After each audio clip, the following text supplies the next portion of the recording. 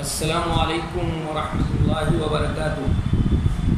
محترم دینی بھائیوں اور بہنوں اور عزیز طالبات، کل ہم لوگ وہ پڑھ رہے تھے اس سے پہلے والے درس میں جو فوائد سے متعلق اس کے عملی زندگی میں ہم اس سے جو 22ویں باب میں 24ویں باب میں جو حدیث پڑھی تھی اس سے عملی زندگی میں ہم کو کیا فائدہ ہوتا ہے۔ تو عملی زندگی میں اس کے فائدے میں نے بتایا تھے کہ ظلم کے بھی درجات ہیں،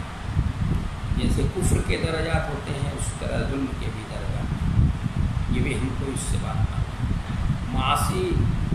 کو شرک نہیں کہا جائے گا۔ ہر معاصی جو ہے وہ شرک نہیں ہوتا۔ بعض معاصی ہیں جو شرک تک لے جانے والی چیزیں ہیں، مشرک ہو جاتا ہے، اور کچھ معاصی ایسے ہیں جس کو کے اوپر شرک کا اطلاق نہیں کیا جا سکتا۔ اس سے یہ بات بھی سمجھیں۔ اور تیسری بات یہ کہ جو شرک نہ کرے اس کو مخلد فی النار سے امن حاصل ہو، یعنی ہمیشہ وہ جہنم میں نہیں ہوگا۔ ایمان کے ذرہ برابر بھی جس کسی کے اندر ہوگا انشاءاللہ کل قیامت کے دن جنت میں ضرور، ارے اس جہنم میں اپنی سزا پا لینے کے بعد اور حساب کتاب کے بعد سزا پا لینے کے بعد وہ جنت میں داخل ہوگا۔ ہے صورت اس کو جہنم سے نکالا جائے گا، اور پھر اسی میں پڑھا ہم نے اس کو پھر نہر حیات یا حیات میں غوطہ دے کر اس کو پاک و صاف کیا جائے گا۔ تو اب آگے باب پڑھتا ہوں۔ بسم اللہ الرحمن الرحیم وبہ نستعین۔ باب علامت المنافق۔ بہ قال حدثنا سلیمان بن ابی الربیع قال حدثنا اسماعیل بن جعفر قال حدثنا نافع بن مالک بن ابی عامر ابو سہیل عن ابیہ عن ابی ہریرہ عن النبی صلی اللہ علیہ وسلم قال آیۃ المنافق ثلاث اذا حدث كذب واذا وعد اخلف واذا اؤتمن خان۔ وبه قال حدثنا قبيصة بن عقبة قال حدثنا سفيان عن الأعمش عن عبد الله بن مرة عن مسروق عن عبد الله بن عمرو أن النبي صلى الله عليه وسلم قال أربع من كن فيه كان منافقا خالصا ومن كان فيها خصلة وخلة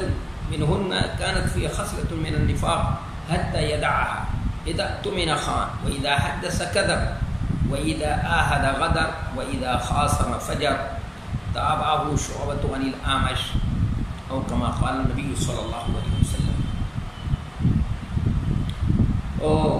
پہلے اس کا ترجمہ کرتا ہوں، پھر اس کے بعد اس کی وضاحت ہوگی کہ امام بخاری رحمۃ اللہ علیہ نے یہ جو ترجمۃ الباب قائم کیا ہے اس کے پیچھے مقصد کیا ہے، ان کا کس کی تردید کرنا چاہتے ہیں، کن لوگوں کی تردید کرنا چاہتے ہیں۔ تو پہلے ترجمہ کرتے ہیں۔ باب علامت المنافق، منافق کی علامت کا بیان۔ بہ قال حدثنا سلیمان ابو الربیع، کہا کہ ہم سے بیان کیا سلیمان ابو الربیع نے۔ قال حدثنا اسماعیل بن جعفر، انہوں نے کہا ہم سے بیان کیا اسماعیل بن جعفر نے۔ قال حدثنا نافع بن مالک بن ابی عامر ابو سہیل عن ابی ہریرہ، انہوں نے کہا ہم سے بیان کیا نافع بن مالک بن ابو عامر ابو سہیل نے، انہوں نے اپنے والد سے، انہوں نے ابو ہریرہ رضی اللہ تعالی عنہ سے، عن النبی صلی اللہ علیہ وسلم قال، انہوں نے نبی صلی اللہ علیہ وسلم سے آپ نے فرمایا، کیا فرمایا آپ نے کہ آیت المنافق ثلاث، کہ منافق کی پہچان 3 خصلتیں ہیں۔ ایک یہ کہ جب بھی بات کرے تو جھوٹ بولے، اذا حدث، اذا فعل ماضی پر داخل ہے تو اس لیے یعنی جب بھی بات کرے تو جھوٹ بولے، اس میں کچھ آمیزش کر دے۔ دوسری ہے کہ جب وعدہ کرے تو وعدہ خلافی کرے، اور تیسری ہے کہ جب اس کے پاس امانت رکھی جائے تو خیانت کرے۔ دوسری روایت ہے کہ کہا ہم سے بیان کیا قبیصہ ابن عقبہ نے، یہ قال حدثنا قبیصہ ابن عقبہ قال، انہوں نے کہا ہم سے بیان کیا سفیان نے، قال حدثنا سفیان عن الأعمش عن عبد الله بن مرة عن مسروق عن عبد الله بن عمرو، ان نبی صلی اللہ علیہ وسلم قال، انہوں نے آمش سے، انہوں نے عبداللہ ابن مرہ سے، انہوں نے مسروق سے، مشہور تابعی ہیں یہ،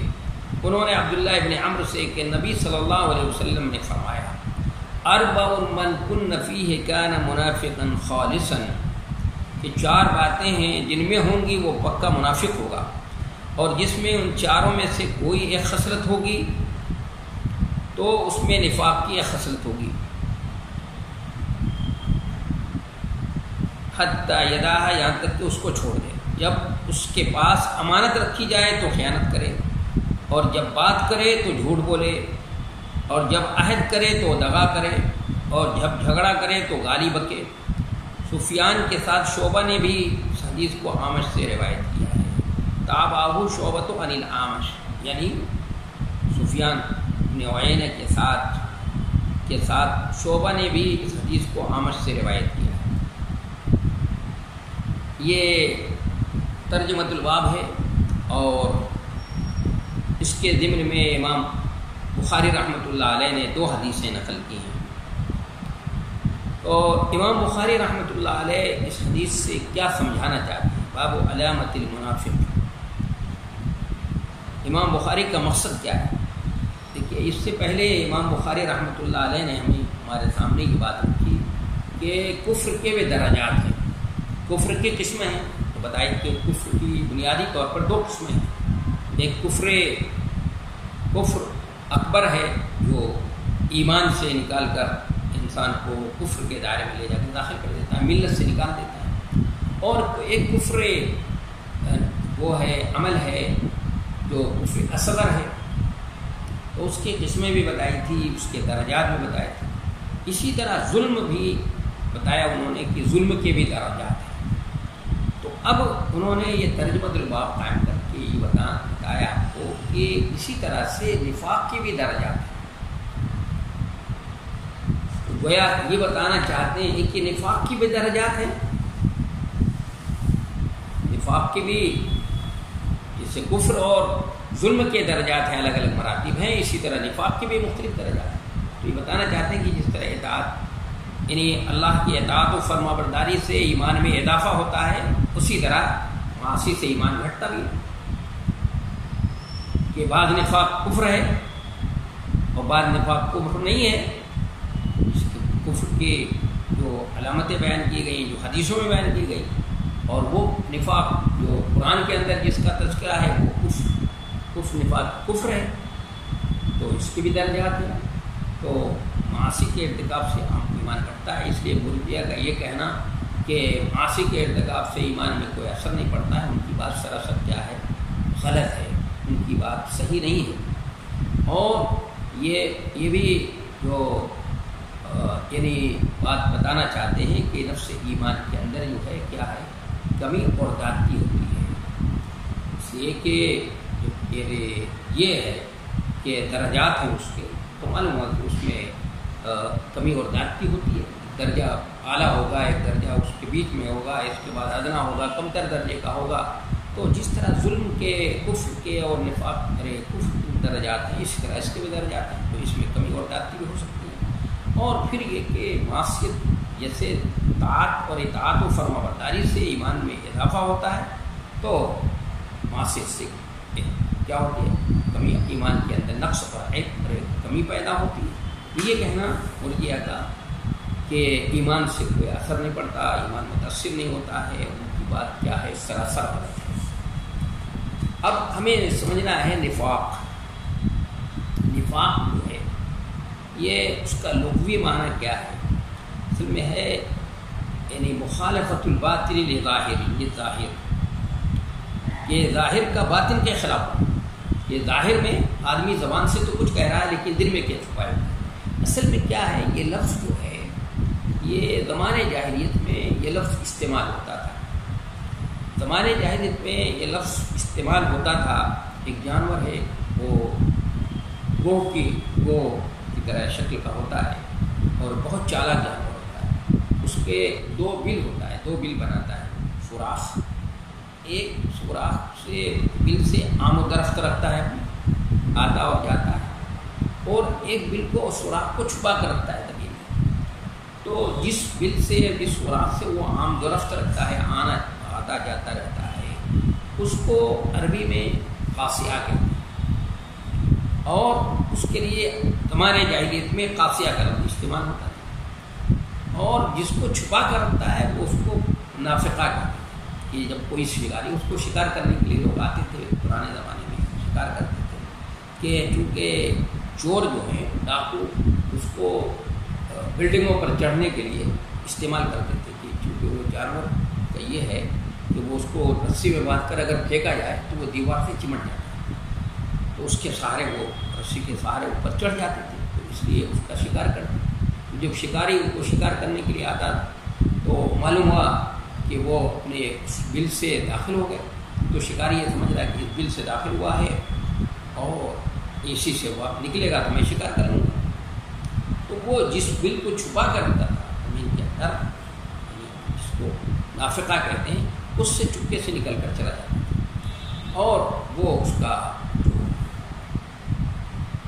شکاری ہے انتظار کر رہا ہے، وہ انتظار کرتا رہتا۔ تو یہ لفظ اس کے لیے استعمال ہوتا ہے۔ اب قرآن آیا، اسلام آیا، جناب نبی کریم صلی اللہ علیہ وسلم تشریف لایا اور آپ نے دعوت کا کام کیا، اور پھر مدینہ منورہ ہجرت کر کے جب آپ پہنچے ہیں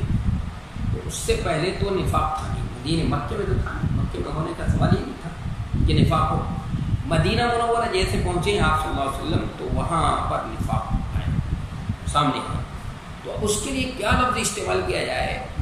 کیونکہ وہ بھی ایسی ہوتا تھا کہ دل سے زبان سے تو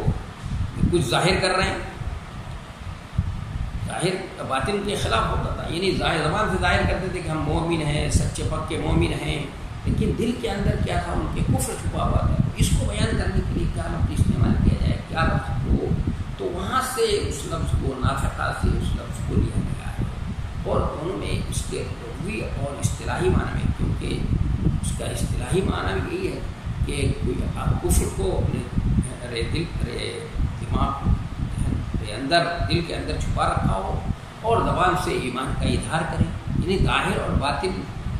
کے خلاف، ظاہر کا باطن کے خلاف، ظاہر جو ہے ایمان ہے اور کفر،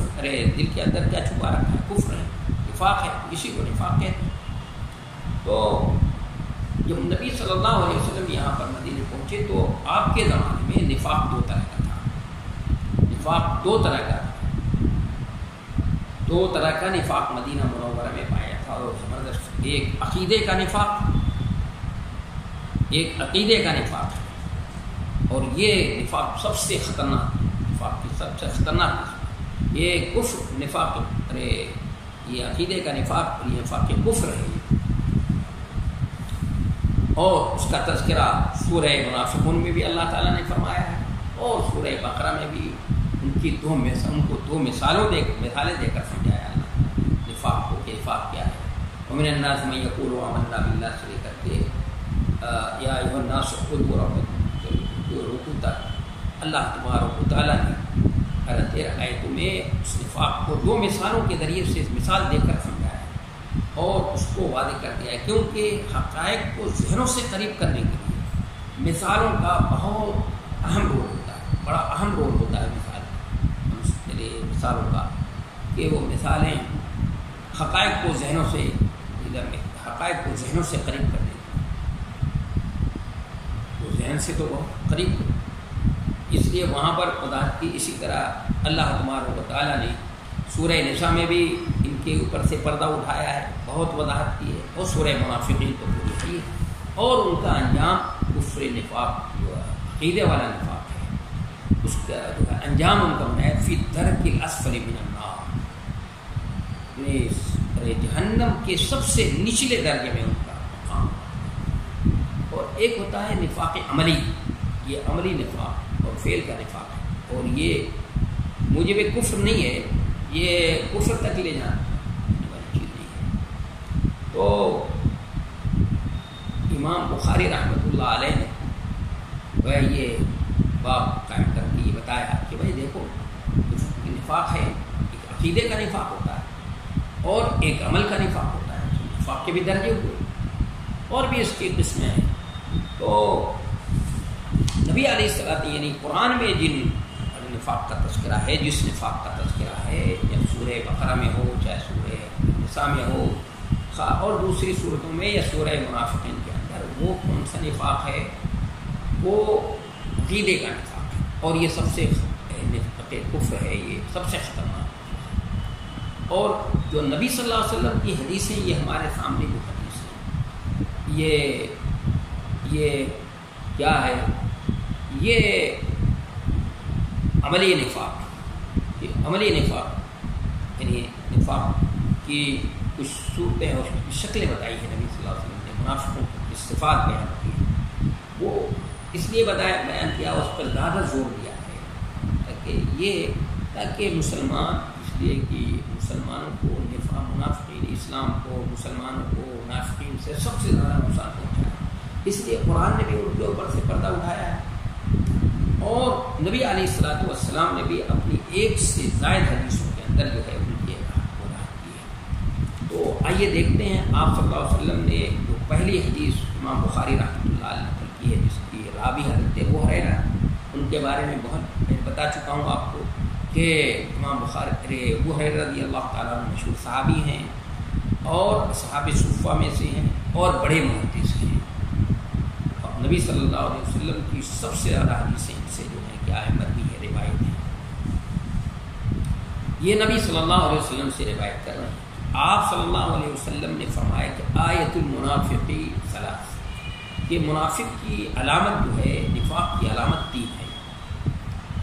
پہلی علامت کیا بتائی؟ کہ اذا حدث کذب، کہ جب بھی کوئی بات کرے تو اپنی طرف سے کچھ اس میں آمیزش کرتے ملا دے، کچھ اس میں سے ملا ہوا، کچھ اس میں ملاوٹ کر دے، یعنی اس کی طبیعت جھوٹ بولنا، اس کی طبیعت ثانیہ بن جائے، اس کا مزاج بن جائے، یعنی کوئی بھی بات کہے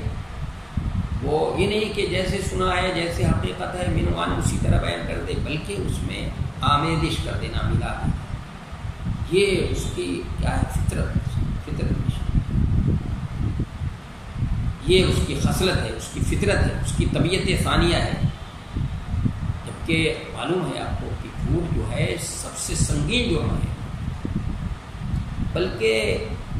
اگر یہ کہا جائے ساری برائیوں کی جڑ ہے۔ اس سے نبی علیہ الصلوۃ والسلام کے پاس ایک صحابی آئے، انہوں نے کہا کہ اے اللہ کے رسول صلی اللہ علیہ وسلم، میرے اندر بہت ساری خرابیاں ہیں، وہ خرابی یہ ہے کہ میں جھوٹ بھی بولتا ہوں، میں شراب بھی پیتا ہوں، میں جوا بھی کھیلتا ہوں، بدکاری بھی کرتا ہوں، بہت ساری برائیاں ہیں، ساری برائیاں ہیں میرے اندر، اللہ کے رسول مجھے نصیحت کر دیجیے، آپ کوئی نصیحت کر۔ تو آپ صلی اللہ علیہ وسلم نے کیا نصیحت کی؟ آپ نے فرمایا کہ جھوٹ بولنا چھوڑو، جاؤ جھوٹ بولنا چھوڑو۔ اب وہ گئے، اب شراب پینے کا وقت آیا، انہوں نے کہا بھائی شراب پیوں گا، اگر نبی صلی اللہ علیہ وسلم پوچھیں گے کہ شراب پیے نہیں پیے، تو اگر پیوں گا تو بتانا پڑے گا، بتاؤں گا، بڑی شرم کی بات ہوگی کہ میں نبی صلی اللہ علیہ وسلم سے کہوں کہ میں نے شراب پیے، شراب چھوڑ دی، میں نہیں پیتا۔ اب اس کے بعد جوا کھیل رہے ہیں، اس کا انہوں نے کہا بھائی اگر یہ جوا کھیلوں گا تو نبی صلی اللہ علیہ وسلم پوچھیں گے تو بتانا پڑے گا کہ میں جوا، ہاں میں بھی اس میں مصروف ہوں، میں یہ کام کرتا ہوں، یہ بھی بڑی ضروری تھی۔ اس کے بعد بدکاری، وہاں جایا کرتے تھے، رقص سرود کی محفلیں ہوتی تھیں، اور عشق، وہاں پر شراب و کباب اور عورت سب، تو اس محفل میں اب وہاں کیسے جاؤں گا؟ اگر جاؤں گا پھر نبی صلی اللہ علیہ وسلم معلوم کریں گے تو بتانا پڑے گا کہ گیا تھا، بڑی بے عزتی کی بات ہے، تو اس کو ہی چھوڑ دیا۔ اس طرح غلط کہ ایک ہفتے کے بعد لوٹے تو جتنی بھی خرابیاں تھیں ان کے اندر ساتھ چھوڑ دی۔ انہوں نے کہا کہ اللہ کے رسول صلی اللہ علیہ وسلم میری ساری خرابیاں کیا ہو، میرے اندر جتنی بھی برائیاں تھیں سب ختم ہو گئی۔ تو دیکھا نبی صلی اللہ علیہ وسلم نے کیا کہا؟ صرف یہ کہہ دیا، فرمایا کہ جھوٹ بولنا چھوڑ دو، اتنی سنگین کہ چھوڑ دیا انہوں نے، ساری برائیاں ختم ہو گئی۔ اس لیے نبی صلی اللہ علیہ وسلم سے معلوم کیا گیا کہ مومن جھوٹا ہو سکتا ہے، آپ نے فرمایا نہیں، مومن جھوٹا نہیں ہو سکتا، مومن بخیل ہو سکتا ہے، مومن بزدل بھی ہو سکتا ہے، لیکن مومن جھوٹا نہیں ہو سکتا ہے۔ کہ جھوٹ جو ہے اتنا سنگین جو ہے کہ آدمی جھوٹ جب بولتا ہے تو یہ فرشتے جو بیٹھے ہوئے ہیں ہمارے کرنے کا اور ایک محافظ فرشتہ لگا ہوا ہے، یہ فرشتے اس کی بدبو سے ہٹ جاتے ہیں، دور ہٹ جاتے ہیں، اس کی جو بدبو ہوتی ہے اس کے اندر اس بدبو کی وجہ سے دور ہٹ جاتے ہیں۔ تو اس لیے بھائی یہ کیا کرنا چاہیے، جھوٹ سے بچنا، یہ بہت ہی سنگین جو ہے۔ اس لیے منافقوں کہ لہم عذاب علیم بما كانوا یکذبون، ان کو منافقوں کو کہا گیا لہم عذاب علیم بما كانوا یکذبون، یہ جھوٹ بولتے ہیں نا تو ان کو دردناک عذاب ہے جھوٹ بولنے کی، کیونکہ طبیعت انسانی ہے، مزاج بھی فطرت بن گئی، مزاج بن گیا، کوئی جب بھی کوئی بات کہہ رہے ہیں اور اس میں آمیزش کر دیتے ہیں، تو جھوٹ جو ہے لیکن یہ کیوں سنگین جو ہے، اس لیے کہ سامنے والا تو بیچارہ یہ سمجھ رہا ہے، جو مخاطب ہے اس کا یہ سمجھ رہا ہے کہ بالکل صحیح بات کہہ رہا ہے، یہ نہیں واقعے کے مطابق کہہ رہا ہے، یہ حقیقت کے مطابق بات کر رہا ہے، اور بات کیا ہے یہاں پر کہ یہ واقعے کے خلاف بات کر رہا ہے، یہ جھوٹ بول رہا ہے، غلط بیانی سے کام کر رہا ہے، اس میں آمیزش کر رہا ہے، ملا رہا ہے، تو ایک اس کو دھوکہ بھی دے رہا ہے، اس کو جو ہے اندھیرے میں رکھ رہا ہے، اس لیے بہت ہی سنگین کر رہا ہے۔ اس لیے نبی علیہ الصلوۃ والسلام نے ہم سب کو ایک ہدایت حدیث میں علیکم بالصدق، کہ سچائی کو لانے، سچائی کو لانے آپ نے فرمایا، اور فرمایا کہ ان الصدق یہدی الی البر، کہ صدق جو ہے یہ رہنمائی ہے،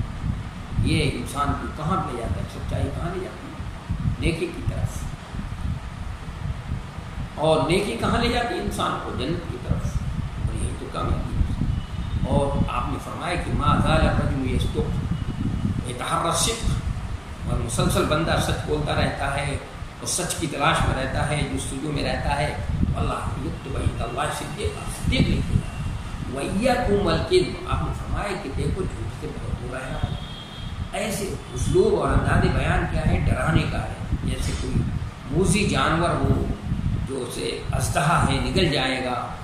یا شیر ہے چیر پھاڑ دے گا، ایسے جانور سے ڈرانا ہوتا ہے، تو وہ تحریر کا جگہ استعمال کیا ہے، تعبیر کیا ہے کہ ایاکم والکذب، کہ جھوٹ سے بہت دور رہنا، فإن الکذب یہدی الی الفجور، کہ جھوٹ کہاں لے جاتا ہے، جھوٹ کی طرف، اور فجور انسان کو کہاں لے جاتا ہے، جہنم، اور مسلسل بندہ جھوٹ بولتا رہتا ہے اور اللہ کے نزدیک کیا ہے، جھوٹا لگتے رہتا ہے۔ اس لیے بھائی جھوٹ جو ہے کہ نبی صلی اللہ علیہ وسلم فرما رہے ہیں کہ منافق کی علامت، اذا حدث کذب، جب بھی کوئی بات کرے تو جھوٹ بولتے۔ اب یہ کہ اگر کسی سے یہ بات نہیں ہے اس کا کہ منافق کی علامت یہ ہے کہ وہ جھوٹ بولنا اس کی طبیعت ثانی بن جائے، مزاج بن جائے، لیکن جب بھی کوئی بات کہے تو واقعے کے خلاف ہی کہے، تو واقعے کے مطابق کبھی بات نہیں کرے۔ اگر کوئی شخص مثلاً انسان ہے، انسان ہونے کے ناطے جو ہے اگر کبھی کوئی ایک بات، کوئی غلط بات کہی تو اس کو نفاق کی علامت نہیں کہی، اللہ سے توبہ اور استغفار کر لے، اللہ سے معافی تلافی کر لے، تو اللہ تعالیٰ کیا کرے گا، معاف کر دے گا۔ اور کیا فرمایا آپ نے، وَإِذَا وَعَدَ أَخْلَفَ، اور جب بھی کسی سے وعدہ کرے، جب وہ وعدہ کرے تو وعدہ خلافی کرے، اس لیے کہ وعدے کی اسلام کے اندر بہت زیادہ اہمیت ہے۔ اگر کسی سے وعدہ کر لیا تو وعدہ ایک طرف سے ہوتا ہے اور عہد دونوں طرف سے ہوتا ہے، تو وعدہ کسی سے کر لیا، مثلاً وعدہ کیا ہے کہ بھائی آپ سے فلاں وقت میں ملاقات ہوگی، فلاں دن فلاں وقت فلاں بجے اس وقت ملاقات ہوگی، وعدہ ہے، تو اس وعدے کو پورا کرنا ہے، چاہے کچھ بھی ہو جائے، چاہے کچھ بھی ہو۔ اگر کوئی رکاوٹ سامنے آ جائے تو اس کی وضاحت کر دینا چاہیے، اس کے بتا دیں اس کو جس سے وعدہ کیا ہے کہ بھائی میں نے وعدہ تو کیا تھا، اب پورا کرنا تھا، لیکن یہ بیچ میں دیکھیے یہ رکاوٹ آ گئی ہے، یہ مانے ہے، اگر آپ کہیں تو تھوڑی مثلاً اس وقت نہیں، دوسرے وقت میں آ جاؤں، تو یہ وعدہ خلافی، وعدہ خلافی جو یہ ہے، جو معیوب ہے وہ یہ ہے کہ کوئی شخص وعدہ کرے کسی سے اور اسی وقت اس کی نیت یہ، غور سے سن لیجیے بات، اسی وقت اس کی نیت ہو کہ اس کو پورا تھوڑی کرنا ہے، پورا نہیں کرنا ہے، بلکہ تو اس کو دھوکہ دینے کے لیے بس وعدہ کر لیتے ہیں، پورا نہیں کرنا ہے، دھوکہ دینا ہے اس کو، تو نیت پہلے سے کیا ہے؟ وعدہ خلافی کی ہے، تو یہ معیوب ہے اور یہی نفاق کی علامت ہے، اور یہ جو ہے اللہ یہ معیوب ہے اور یہ نفاق کی علامت ہے۔ لیکن اگر کسی نے وعدہ کیا کسی سے اور اس کا پورا ارادہ تھا کہ بھئی اس کو وعدے کو پورا کرنا ہے اور عزم بھی تھا اور پورے طور پر وہ اس پہ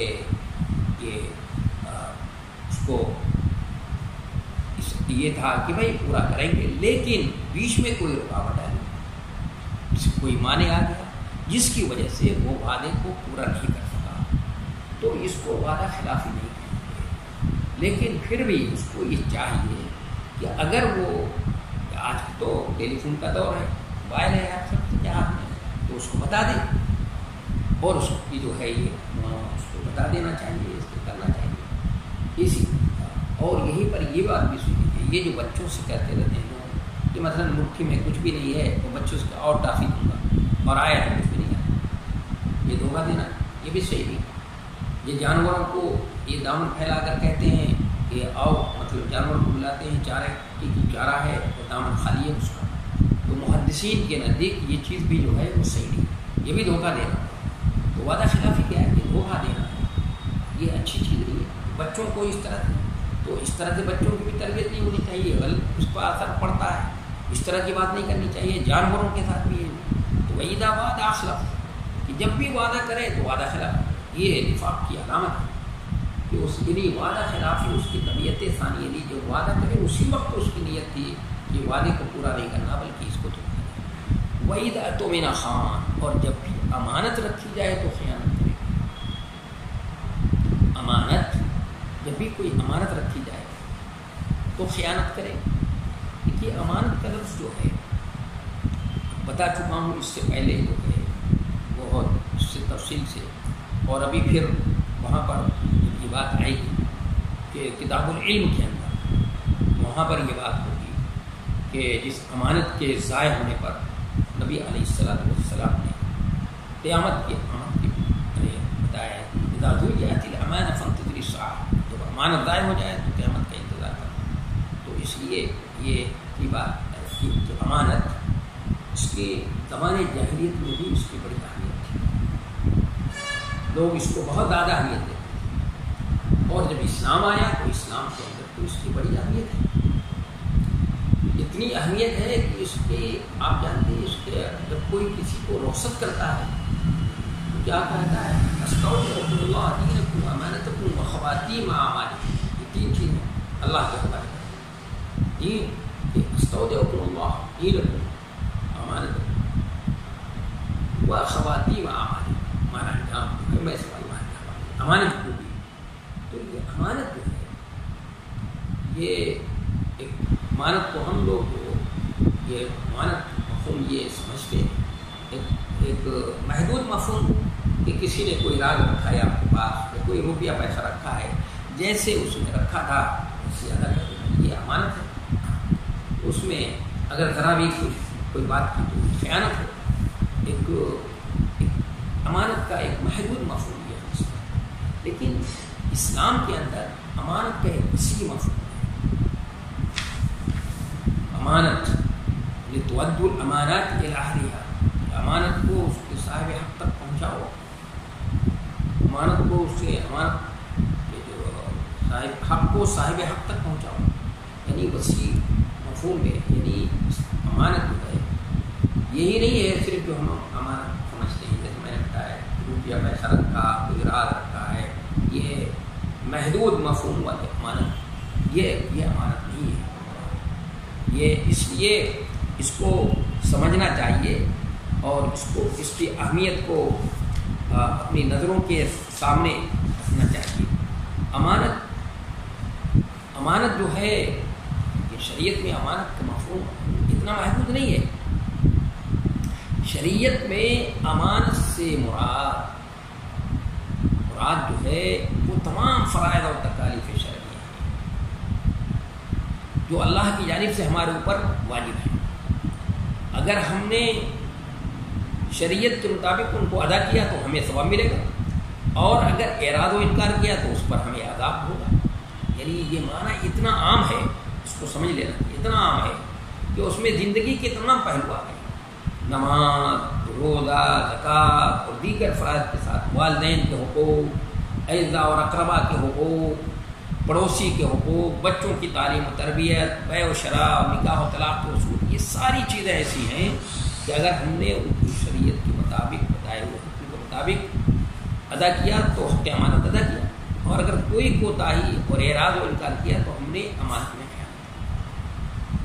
کی. یہ سمجھنا چاہیے. انہیں امانتوں میں سے ایک امانت اور عظیم امانت بھی ہے. بتائیں گے اب اس کے بعد انشاءاللہ. آج یہیں تک بات ہوتی ہے. وما توفیق الا باللہ والسلام.